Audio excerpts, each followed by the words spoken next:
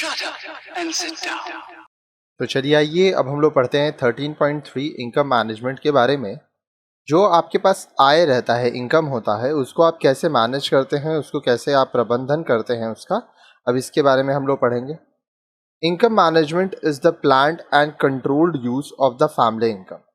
अब देखिए, आपके परिवार का जो इनकम है उसको हम लोग एक प्लान्ड तरीके से, कंट्रोल्ड तरीके से जब हम लोग इस्तेमाल करते हैं तो उसको हम लोग इनकम मैनेजमेंट कहते हैं।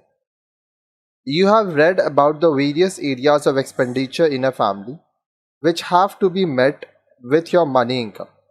अब देखिए, आप आय के वीडियोस में पढ़े थे कि आपके फैमिली में बहुत सारी खर्चे होती हैं, ठीक है, जो कि आपको पैसे से पूरा करना पड़ता है। जो भी चीज़ें आपको अपने जीवन में चाहिए वो आपको पैसे से खरीदना पड़ता है। The income needs to be spent in such a way that money is available for expenditure throughout the month.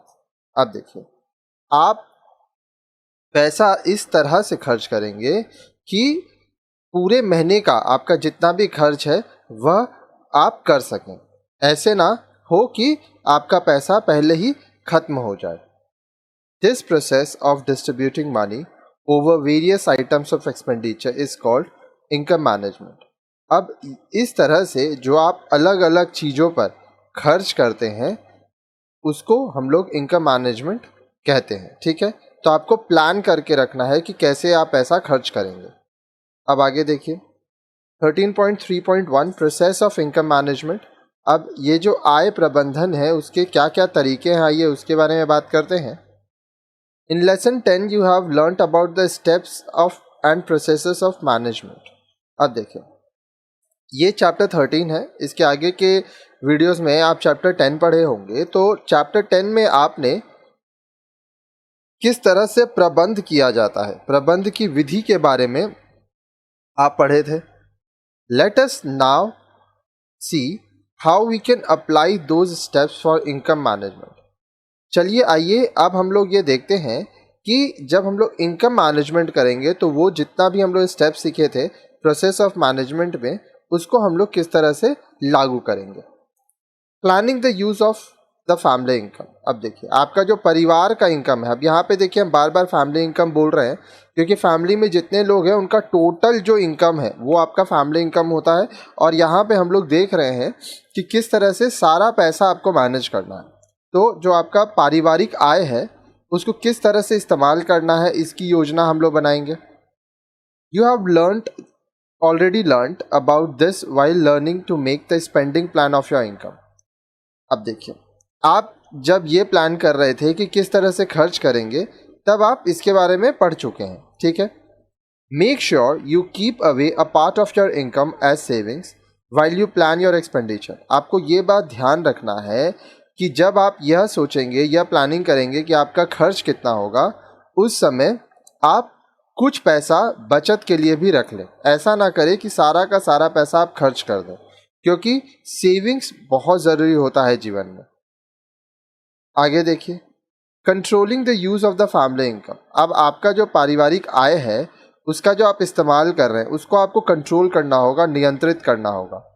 You can control and keep a check on your expenditure in 2 ways। अब आपका जो खर्च है उसके ऊपर आप नियंत्रण रख सकते हैं, उसके ऊपर आप लगाम दे सकते हैं 2 तरीकों से। आइए वो क्या तरीके हैं देखते हैं। Make sure that money is not wasted. अब आपको ये ध्यान देना होगा कि जो पैसा है वो वेस्ट ना हो, बर्बाद ना हो।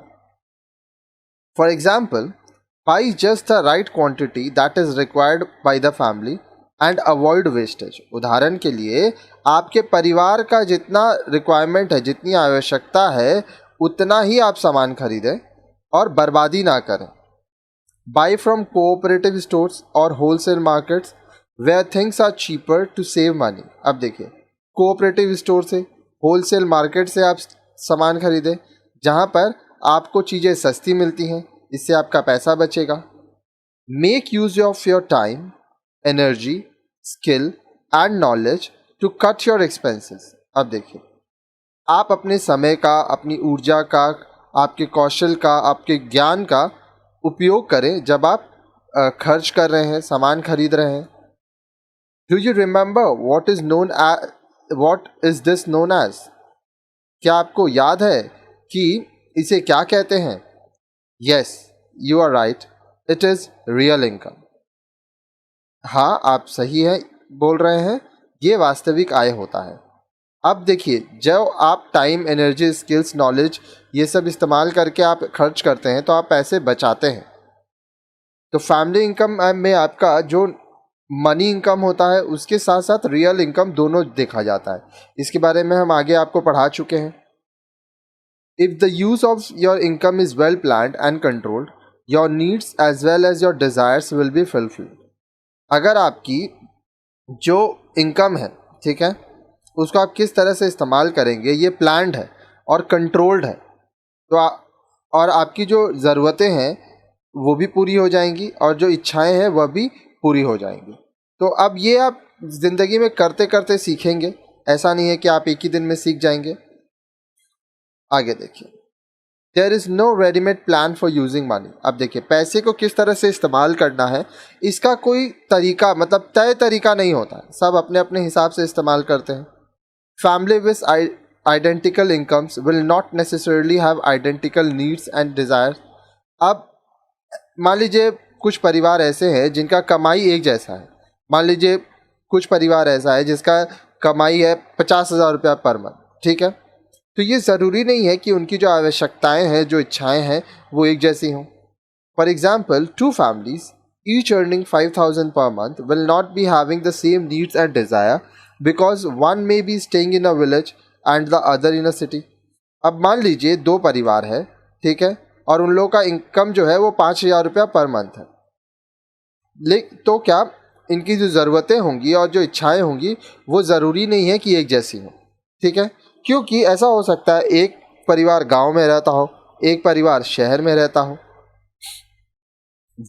their management of income will therefore be different based on their own needs and desire. तो वो जो अपना पैसा का इस्तेमाल कर रहे हैं, उनका जो मैनेजमेंट ऑफ इनकम है, आय प्रबंधन का तरीका है, वो अलग होगा. अब यह इस बात पर निर्भर करेगा कि उनकी आवश्यकताएं क्या है, उनकी इच्छाएं क्या है, ठीक है. अब जो नेक्स्ट वीडियो आप देखेंगे उसमें आप पढ़ेंगे 13.4 maintaining record of income and expenditure.